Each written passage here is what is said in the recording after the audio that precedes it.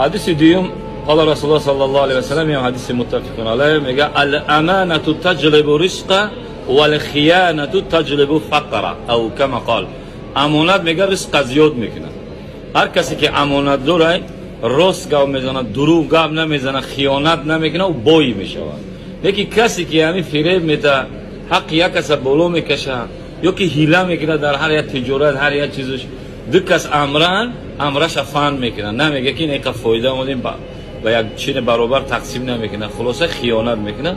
او میگه خیانت رزق میگه کم میکنه، فقیری میورن. لیکن امانت دار بای میشه و خداوند تبارک و تعالی امانت دوست میداره.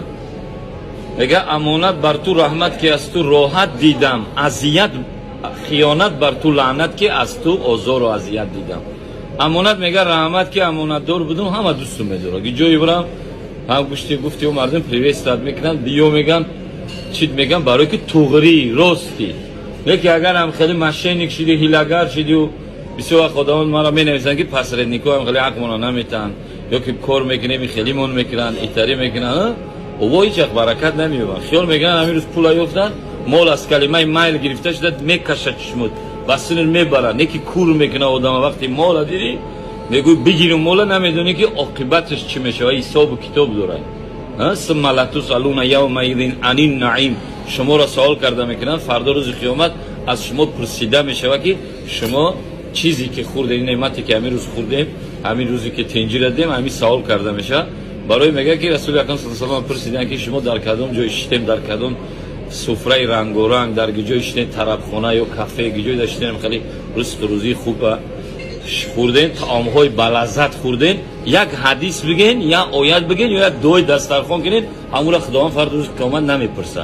لیکن نکدی میگه یاد داری فلان جا داشتی خیلی یکم دیم میخوردی، مردم در زندان او پاپا خورده سبودن یا که کپوست آوشا خورده سبودن، من ترا همونجا اونوش نعمت دادم، چرا مرا همونجا یک بار شکرانه نکردیم؟ اگر خانه کسی در مهمون شدین، صاحبای همون سفره را دعا بتین. خدا بگو همون زن دختری که در همونجا مالی مادی و معنوی جسمی کار کردی، مثلا سامسا پختیانه، مثلا همیودا باید دعا بتی، دعا نتی فردا روز قیامت سوال کرده میشه. خیانت برادرای فقط این نیست که مال خیانت کنی. خیانت یکی نمیگه برادر همین مجلس داشته همین صحبت کردیم گپ همین جبی مونن. الامانه بالمجالس، امانت بر همین مجلس، همین مجلس در گپ مون اگر گپ همین جا برو وردی خیانت میشه. یکی آدم میگه برادر اگر ما این خمون مون تر یک گپ میگم هم خیلی کوجه نکی بویا گون جدا نگوی، نکی گفتی چی میشه خیانت. بعد خیانت بزرگ با چشمه، چشم خونه یک از میمون میشه، زن شبا چشم بد نگاه کنی، دختر شبا چشم بد نگاه کنی، یا که یک دختر میگذره عقبش نگاه کنی، انداموی همون دختر را نگاه کنی، همون با قول معروف همه جسمی همون را نگاه کنی و شیطان خطور میکنه که ای ربیخه همین هم خیانت میشه. میگه ای چشمای خائن میگه نگاه داره، خداوند میدونه. ان الله خبیر بما تعملون، خداوند در همه جا خبر داره. ان الله خبیر بما یصنعون، یصنعون اینجا به معنای عمل کردن، یعنی کردن میکنی هیچ کنه نمیبینه. میگه همین هم دیدم هیچ کنه الله میبینه. میگم من میرم پشتی بزرگ در جا میدرم نارکوتیک میکشم هیچ کنه نمیبینه الله میدونه.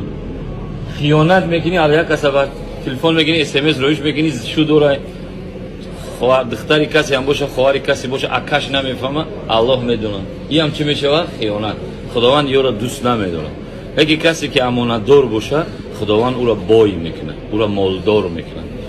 کسی که خیانت کرد میگن نه این است نه اون، همش هیله اینون، همین هیله میکنه پروردگاری میگه هیله‌ای داره که در هیله میغلطونش. یا وقت میبینی پشت ریشت کرده، یا وقت میبینی که بانونی گدایی زدگه. چرا؟ اگه زندگی تخدید انالیز که گیجوده کی را فهم کردی همین خیاس ده نه که او آدمی میگه برادر من همین خیلی گفتن من پول دادم نفهمیدم که فهم میکردیم یا که من همین خیلی دادم، او هیچ وقت زلال نکرده، اجرش در آخرت هم میگیره، در همین دنیا هم میگیره. فردا روز که من آدم فایده میکنه میگه گفتی که من ترا گرازدان سامی کنم پول بده دادم نکردی، پول مرا عبرت نگردوندی، انا که امروز قیامت در پیش در ایستادگی پیش جنت داد تو حقی ترا نتا اون نمیدوری از جنت. بعد او وقت در قیامت پول نیست مول نیست، وقت میگه گوش که من پول ندارم بتم خیلی میگه گناهای مرا که بگی یک نیکیو تا بتم مدن. اون میگه نیکی هم ندارم تمام شد بتم، میگه که گناهای مرا به همون اندازه که هم پول مرا فهم کردی هم گناه را بگی. یعنی هیچ وقت آدم چیز زلال نمیبینه.